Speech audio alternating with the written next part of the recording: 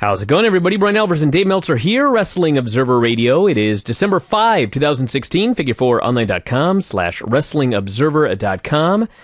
We have the WWE TLC pay-per-view from tonight. We've got Ring of Honor tapings, story Dave did about Don Frye we're going to talk about, and a lot more here today. And Dave, what did you think of TLC? The AJ Styles match with Dean Ambrose was really good. And Miz and Dolph Ziggler was really good. Aside from that, it was a two-match show. But I mean, it was fine.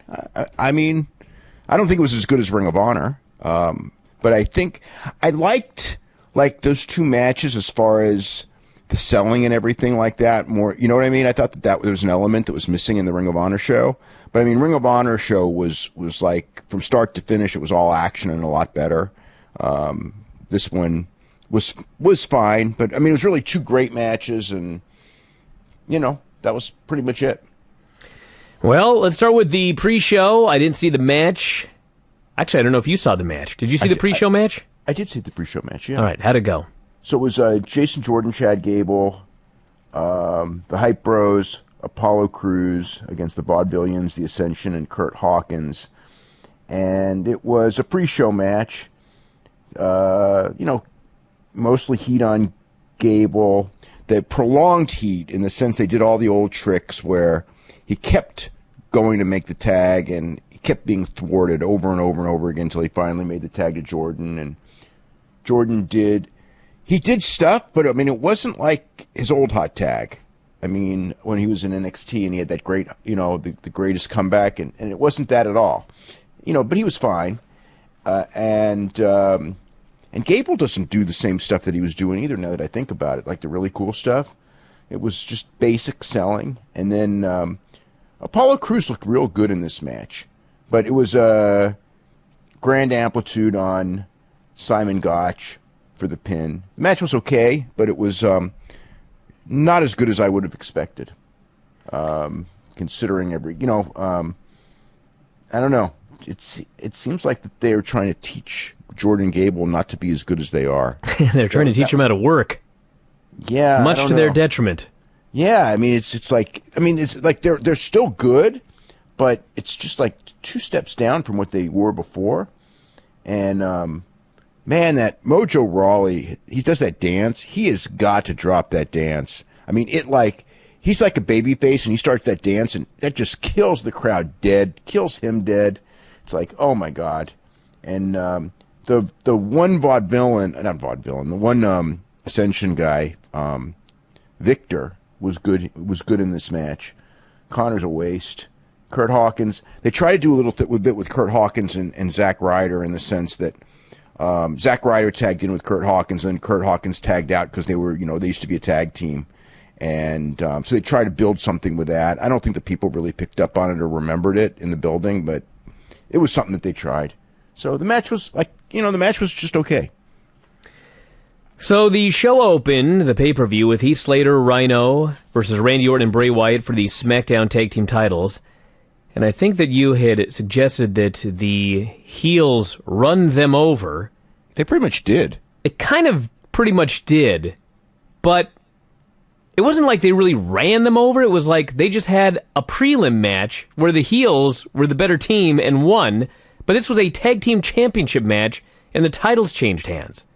Like, this wouldn't even have been a main event on SmackDown. This was like a random match on the show with two stars against two barely above prelim guys with a clean finish. It was crazy. I wouldn't say it was crazy, but you're right.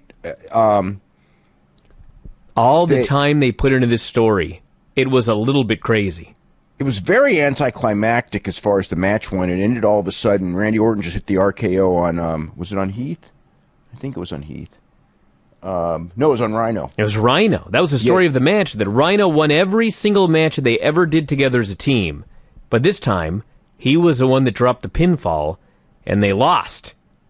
Yeah. I mean, it was really interesting because they very much, the team was put together and given the belts because Slater sort of got over for a brief period of time, and it was it's that comedy getting over that isn't going to last, and it didn't last. I mean, because there was nothing tonight. You know, I mean, they didn't care about him at all. And he seemed, when he was in the ring with Randy Orton, and it's like he seemed so out of his league. In fact, the only one of the four in the entire match that really seemed like anything was Randy Orton. I mean, Bray was good, but not, but Randy was very crisp and good. And, Rhino and Slater just seemed like guys way out of their league with those guys, so it was a strong win, which was what it should have been. But as a match, I didn't think much of the match at all, really. Rhino got a hot tag, ran wild on Bray, went for the gore on Orton outside, but Luke Harper took the bullet. And then Rhino got back in the ring. Bray surprised him with his crab walk. Rhino stood there stunned. And then Randy Orton just slid in, hit the RKO, pinned the guy. And afterwards, they celebrated, and they draped the belts over Harper's shoulders. And the fans cheered them like they were babyfaces. Randy Orton always gets cheered as a babyface now. So, they just seem far superior to the other team, and I think that's it for...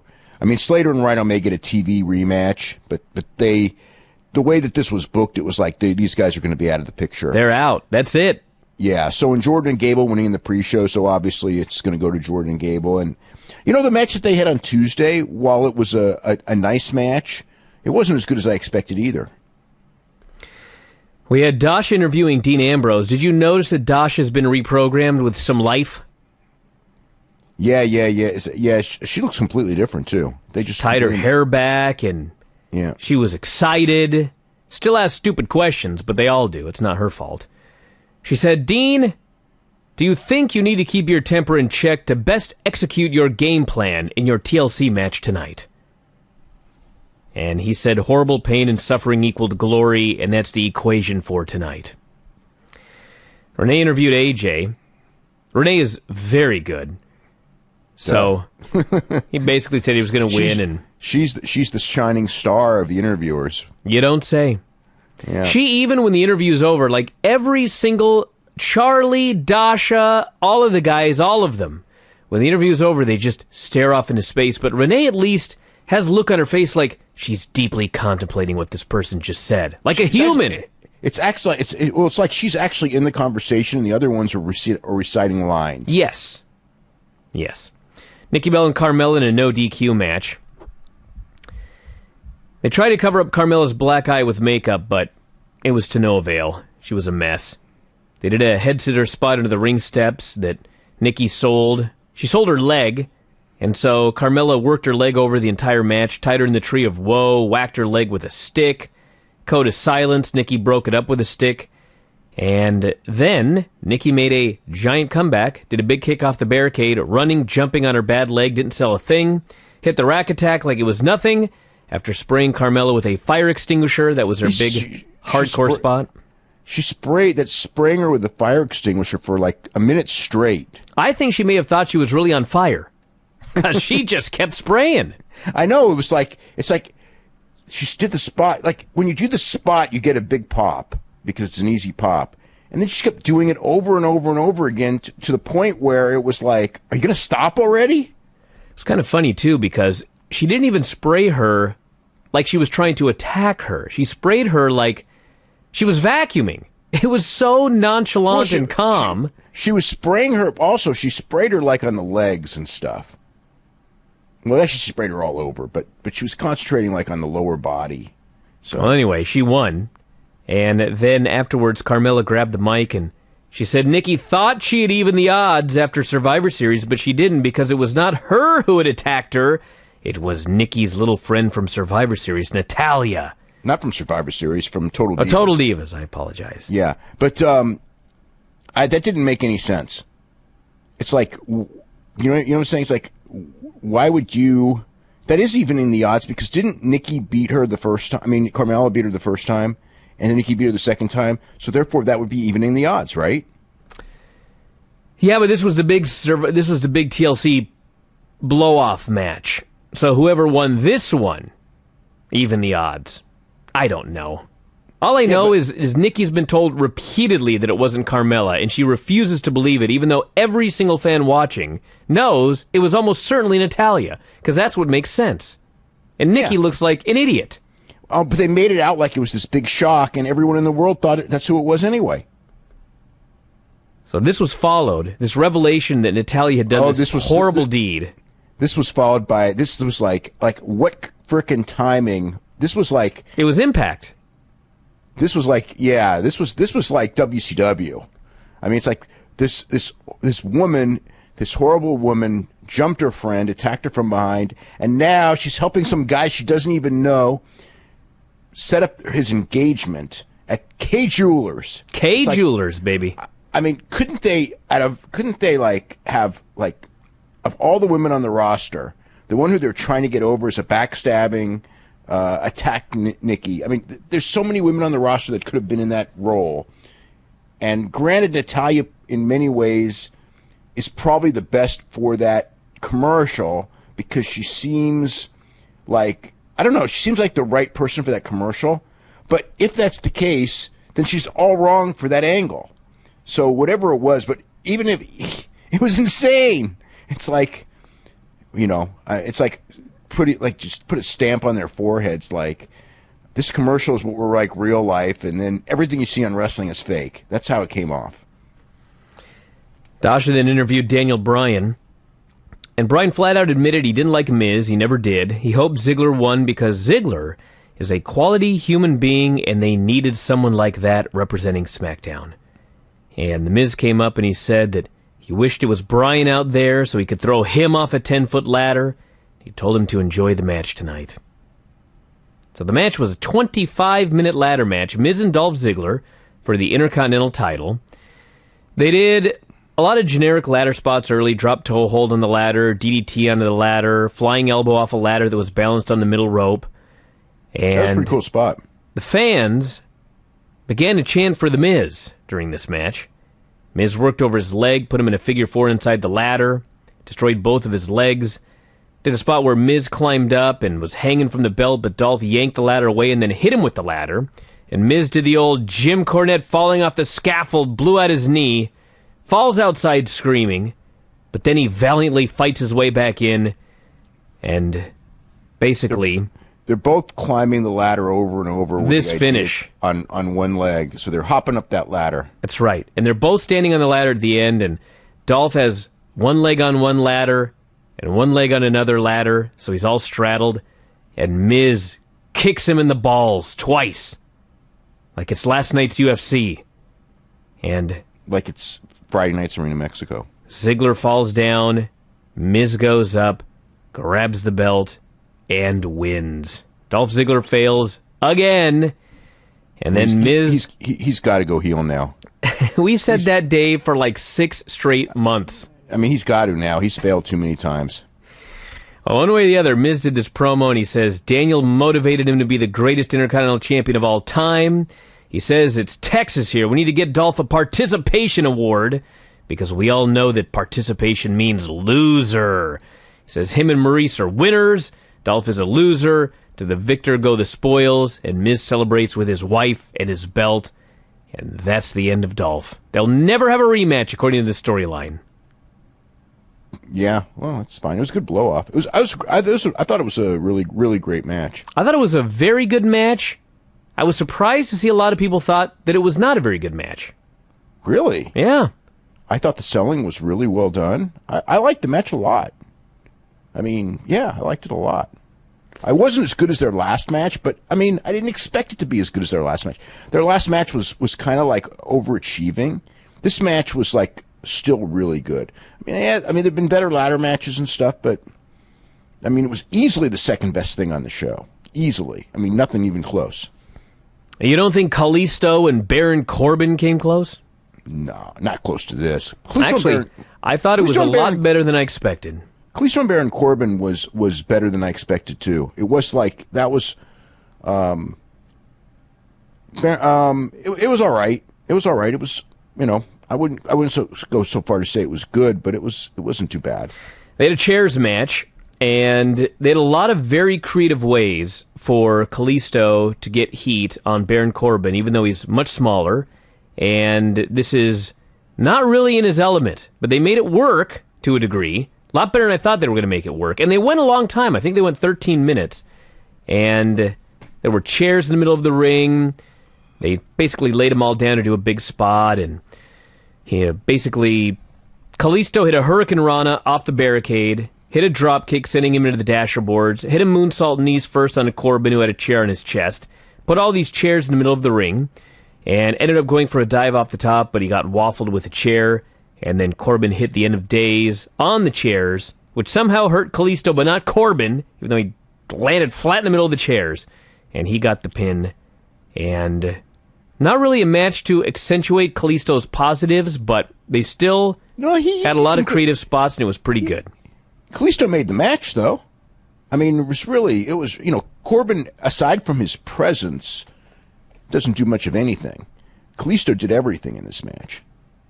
And then JBL put over when it was over that Baron Corbin is definitely a future champion here in this company. Yeah, they said they have to say that in every single match with him. Every single match. That's the line, because they're just bound and determined he's going to be the guy. The problem is that you put him in that main event position, he's going to get really exposed. It's like he's not all that good as a promo. He's as far as a wrestler goes, he's one of the weaker wrestlers on the roster. He's got a cool look. I mean, and he's tall. I mean, but I just think that like the look today is really overrated because no one gives a shit about the look. And being tall, who gives a shit about being tall now? It's like they're still judging based on like standards from another era. It's like, well, he can be a star, so we're going to groom him to be a superstar because, if he came along in 1975 because he's tall and kind of has a cool look and used to be a football player, and not even it's like he didn't. It's not like he was like an all-American football player. He was a football player who was in some NFL camps. There's a million guys who are in NFL camps. There's a big difference between, a real football player who played in the NFL and a guy who, some guys who were in camps. Like Mojo was another one who was in camps. It's like, I don't know. It's not. I don't like bend over. Oh my God, he played pro football, so we can push him because he's a real athlete. It's like he didn't really play pro football. He was in camp and got cut. There's a big difference. Natalya did a promo, and Dasha asked her about the claim by Carmella that she'd attacked Nikki, and Natalya says Carmella's lying. She's a liar. She says, what do you mean? Well, she's a liar. And then she wished Becky the best of luck in her match tonight. Yeah. So I guess Nikki Bella and Natalya are going to have a program. And so what happened? So the guy ends up engaged to the girl, right? That's right. Yes. That's right. Yes. In an empty arena. I thought that they were going to like do it in front of like. Hey, listen. All the guy said was in the ring. And in fact, he did propose in the ring. It was in the ring, but I thought it was going to be like tonight, like in front of all these people, and it was going to be some big thing. And it was like a freaking empty arena match. Kay Jewelers didn't pay nearly enough to do it in the ring tonight. Man. Well, they did get their fair share of advertising. She was very happy. The cameras were there. She said yes. It was a very nice moment. Shouldn't she have been suspicious with all those cameras there? You'd think. Yeah, it almost seems like she should have been smart enough to know this was coming. But her reactions were very real. So I thought that was pretty good. If she was faking it, she was better than a lot of the people on the roster and every one of the interviewers, except for maybe Renee.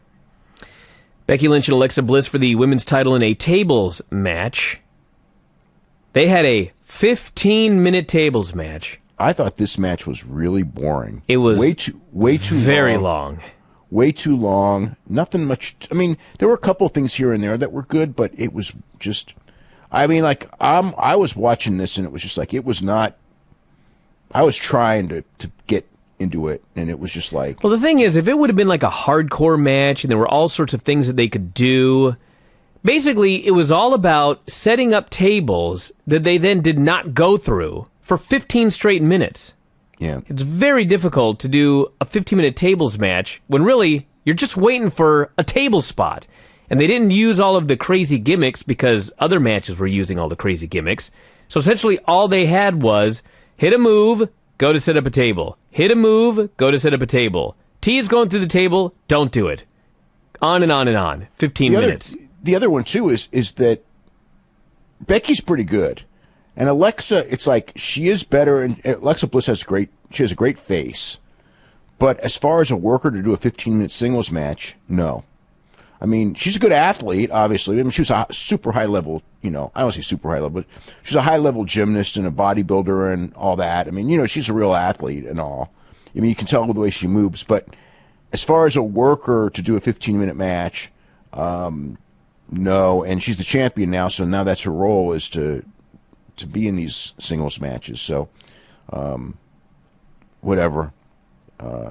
Yeah. I mean, they'll just keep. They're going to be rematching him anyway. So and Becky is good. So Becky did a big comeback, got cut off, kept going and going, finally brawled on the apron, and Alexa dropped to the floor, powerbombed her off the apron through a table, and won. Well, there was a eye rake, I think, to set up the powerbomb through the table. This was as clean a finish as you're going to see. I suppose there was an eye rake in there, but there was. I didn't even see it. Yeah, well, they called attention to it. They played it up. One way or the other, she powerbombed her through the table and won. Alexa's the new women's champion. And then they did a very sad interview with poor Becky. Didn't appreciate Dasha putting a mic in her front of her face right now. She was frickin' Ronda. Said she's not mad at... No, she was very nice about it. She says, I'm not mad at you, Dasha. I'm just mad at myself. I let down myself and all the fans. She hung her head in shame and walked to the back. It's very sad. And then, yes, the fella from K Jewelers proposed in the ring, and she said yes. Main event was AJ Styles' Dean Ambrose TLC match for the WWE World Heavyweight title. I thought AJ was unbelievable in this match. Thought Dean Ambrose was very, very good in this match. Yeah, I thought it was a great match. And, AJ just unbelievable. Just, maybe the best wrestler in the world and certainly in the conversation. AJ is so good that even when a guy like Dean Ambrose looks great, it still almost comes off as a one-man show. He's so good. He was so good in this match. Yeah. I mean, Dean was really good too, though. But AJ's a different level than Dean Ambrose for sure. Yeah, and just so many things. I mean, it's just like he's so crisp at what he does too. They did all sorts of crazy spots. There was a deal where AJ got put on the announcer's table, and then Dean set up a ladder on the other table, which already looked crazy, but he's crazy. So he climbed up to the top of it and did a flying elbow and put AJ through the table. That was nuts. The one thing I do want to say about this match is there were too many spots. This was almost like there were too many spots that should have been sold longer, in the sense that, like that one, just an example. He does that. Dean goes in there and he's climbing up. I mean, and I guess it has to be done this way because it wasn't the finish. But it's like Dean's, gets a ladder, climbs up there. By the time he's at the top, AJ's already off the frickin' broken table, running up the ladder to stop him. It was like, I just thought that like they would do these extreme spots and then recover way too fast from them. I watched the Briscoes and the Young Bucks on Friday, and so after that, I can't fault any of the selling in this match right here. Yeah, but that's what it was like. It was like watching the Briscoes and the Young Bucks, and it's like, but even with them, it wasn't like they were doing the stuff that severe and then getting up that quick. I mean, this was. They were recovering too fast and then going back into stuff. But this one was just like, it's one thing to like get up and do something. It's another thing to get off a table, run up a ladder, like while the other guy's about to get a ladder, and run up there after being destroyed. It was just too, that was the one fault I had with the match. Well, that exact spot was a little different. I'm sure there was another spot where that happened, but this one was, once he got put through the table, it was Dean climbing, and then AJ from the outside did a phenomenal forearm. But then as soon as he hit it, he fell down and died, and they were both down for a long time. Yes, he did. So it's not like he immediately climbed the ladder.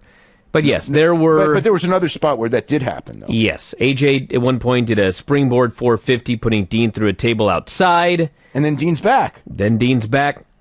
So finally, AJ goes to climb, and out comes James Ellsworth.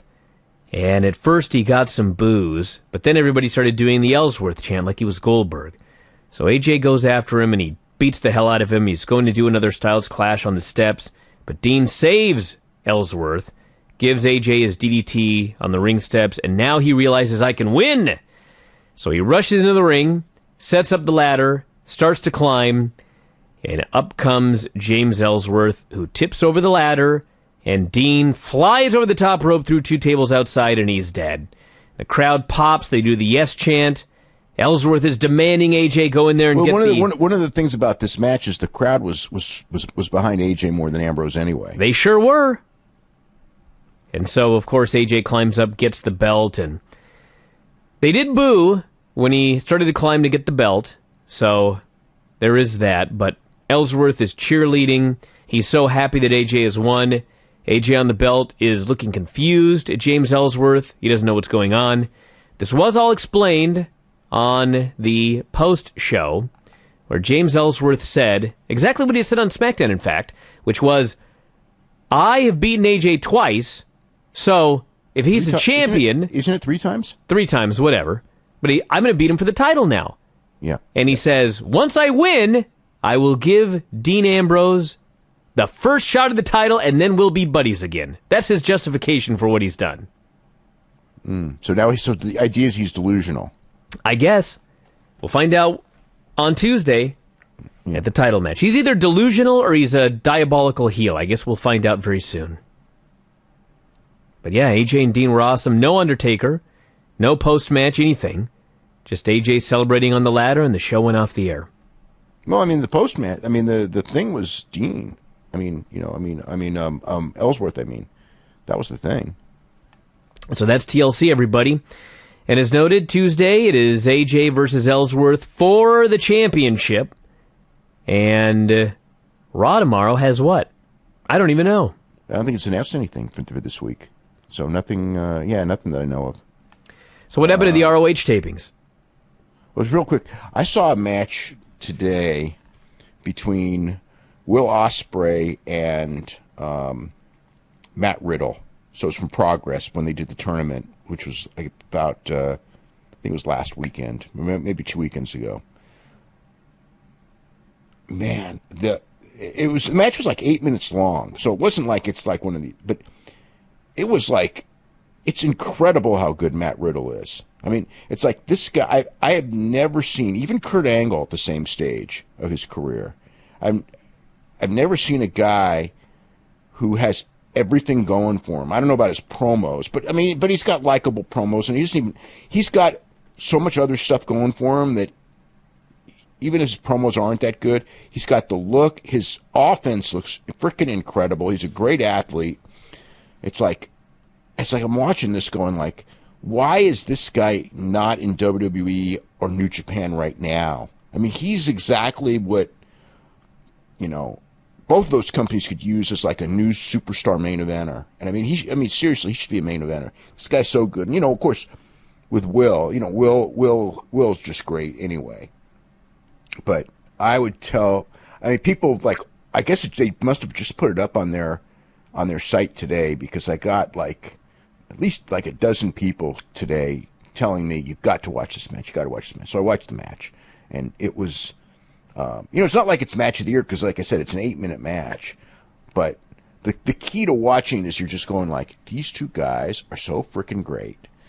And I mean, a lot of people already know that anyway, but what a natural this Matt Riddle is, like almost nobody I've ever seen before.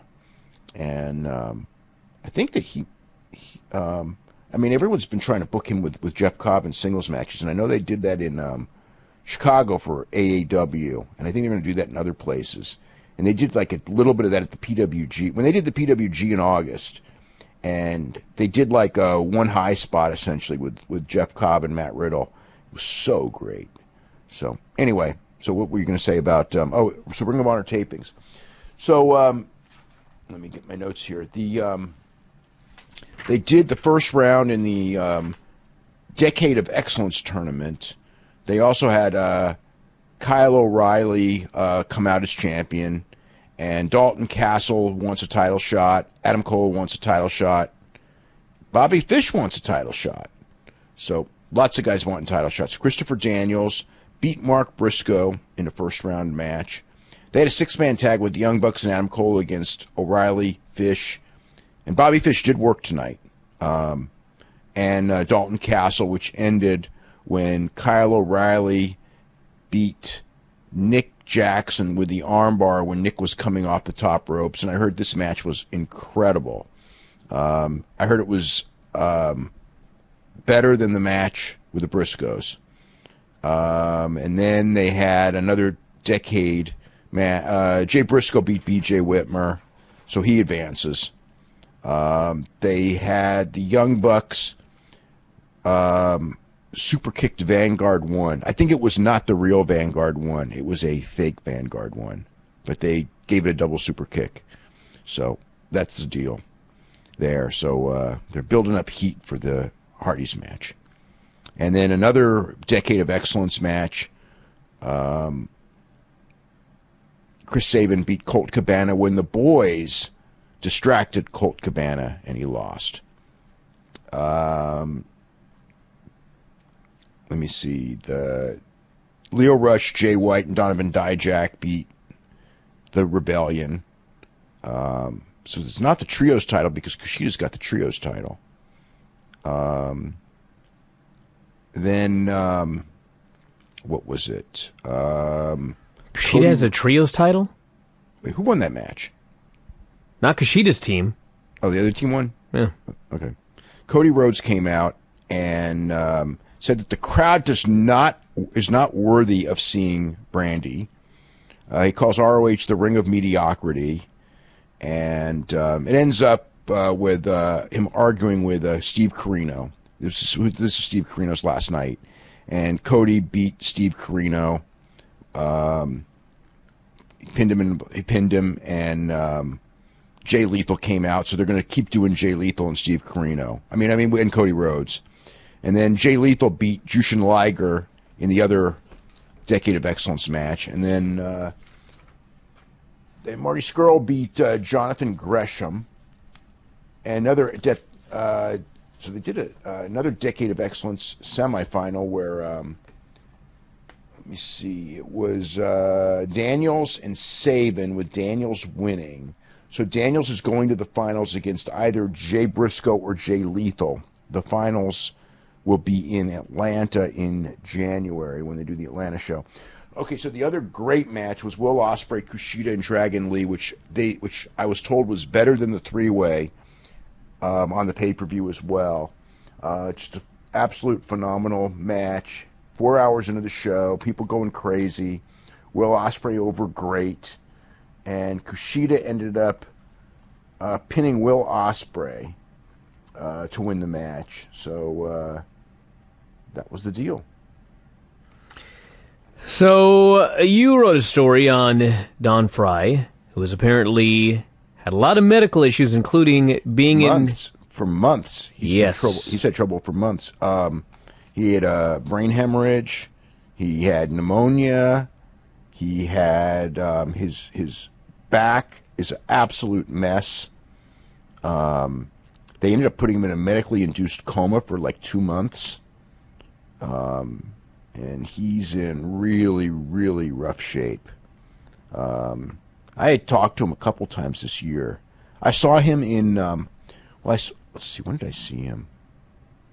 I saw him in Vegas. We had breakfast in Vegas. It was probably, like maybe a year ago. And he was moving really bad, and his back was killing him. And he was talking about fighting. I mean, it was just like talking about fighting. It was like he was like, he's 50 years old. In fact, I think he's 51 now, but he was 50 at the time. And he's talking about fighting, and he could barely move. And it was just like, man, fighting. I mean, I know he's Don Frye and everything, but it was ridiculous. And then, he went through the divorce, which was that was a real sad situation. And then had the Hall of Fame thing. And then after the Hall of Fame, the back was just doing so bad. he had back surgery years ago, and they put a rod in his back, and the rod broke, and he's freaking because he's Don Frye. He's in this pain because this rod broke like a year or two ago, and he just never even went to the doctors over it until finally the pain got so bad. After a year or two, they x-rayed him, and they said, your rod broke a year or two ago. So they put him in for surgery for that, and that's when everything started going bad.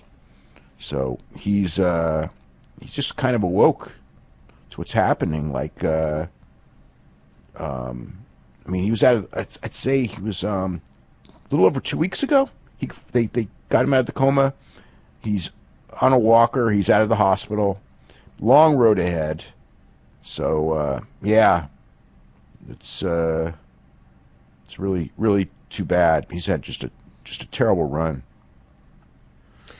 So what's up with Filthy? Well, he's going to be his thing's going to be coming down any day now, maybe any minute now. It's probably not going to be good.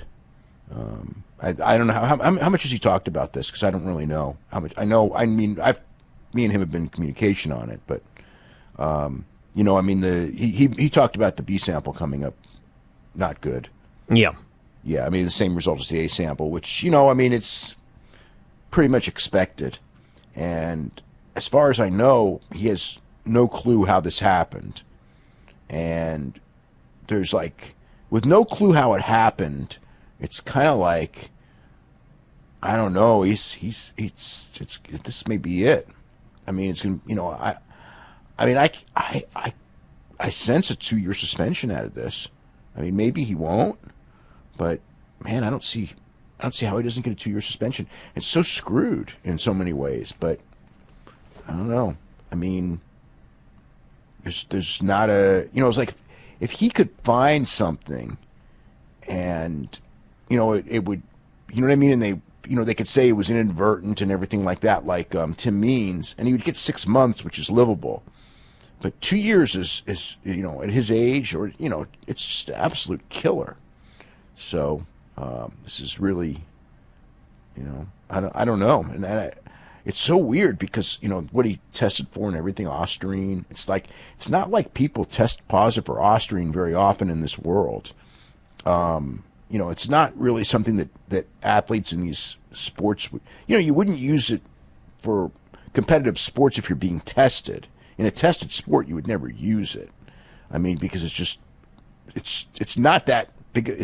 It's not so effective, and especially a tested sport where you got 2-year suspensions on a first offense. I mean, it's one thing if it's football and it's a 4-week suspension. It's one thing if it's WWE where they don't test for it. But man, it's like, I don't know, you know, it's like,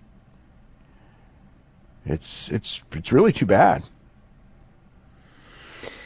All right, let's do some of the mailbag questions here. This person says, Dave reported a while ago that Chris Hero was going to be working with Ring of Honor this fall. What's the situation there? Nothing. They talked and nothing happened. So that's about it. There's nothing coming up. But yeah, when Colt was there, they were trying to bring in Chris Hero as well, and it just didn't happen. When they first, so this would have been like Mania time was when I could think they were talking to him, and it just didn't happen. This person here says, we all know why Otunga has a job on SmackDown. Since Taz contributed to the recent ECW show on the network, is there any chance that he could return to regular commentary in place of Otunga? I don't want to say that there's no chance in the world, because I don't know that, but I certainly don't expect it. When he left, he quit them.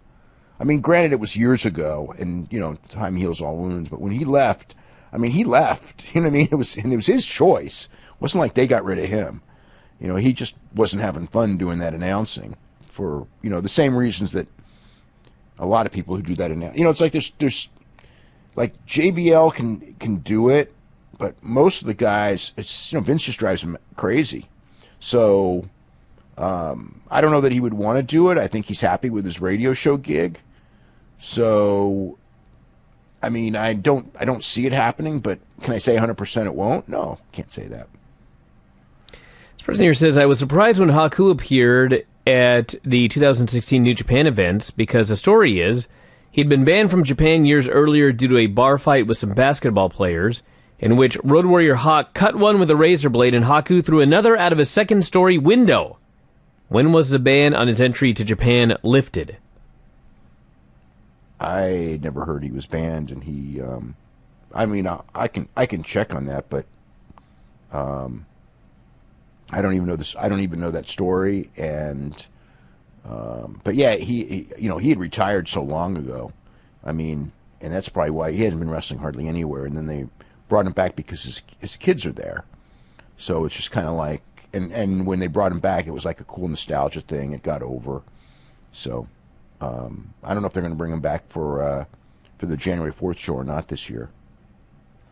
But his other son, his third son, is going to be, well, he just debuted on showing the New Zealand show, and he's like 6'9", 6'8", because I saw a picture of him next to Bad Luck Fale, and I mean, he towered over Bad Luck Fale, and Bad Luck Fale is every bit of 6'4", 320, and this guy was taller and wider. He looked like and he's supposed to be a natural, so he may be the biggest star of the family. This person here says, what was the original purpose of the WCW television title? It seemed to be a top title in the 80s, but by the 90s it was just an artifact being passed around by bottom-level guys. I don't know. You know, it's TV title was usually like a kind of like a title that, you know, they used to spice up, like, you know, certain level feuds. Sometimes it was held by good people and had really good matches. Sometimes it was held by not so good people. So, you know, I don't know. There were times it meant something. There were times it meant nothing. This person says, having 4 men on a SmackDown commentary crew gives the viewers the idea that something isn't right because we're used to seeing 3 instead of 4. Is WWE happy with the job Mauro Ranallo is doing? I don't know. I don't know why they have the 4th guy. I mean, he was there tonight and didn't say a word. I don't know what he's there for. I don't understand it at all. 4 is way too many. 3 is too many. I don't know why they need 3, but that's the deal. Does Dave know if Donald Cerrone was paid his show money for UFC 205? And if he was, will he still be paid his show money for 206? I do not know. Let me see. Yes, he would have had to have been paid his show money for 205 because he weighed in. If you weigh in, you get your show money, and it was that late. So he would have gotten his show money, and then he will then get his money for this show as well. So actually, he's coming out pretty. The Kelvin thing is pretty good because he would have gotten whatever that is, and his show money is probably over $100,000. So he got $100,000, and then he's coming back and getting another $100,000 plus, 3 weeks later. So man, that's a lot of money to spend in a short period of time. Yeah, he hasn't paid taxes in a long time, so the government's going to be getting some of that, I think. In the same week he's he's doing the thing. Although, I sympathize. They all should be making more money. Even the ones that are making good money, and Cerrone's one of the higher paid guys. The fact is they all should be making more money. All right, everybody. On that note, we're going to wrap it up. This is the 3rd of 4 straight shows. We will be back after Raw tomorrow with more. There's a ton of shows up on the front page. There's a ton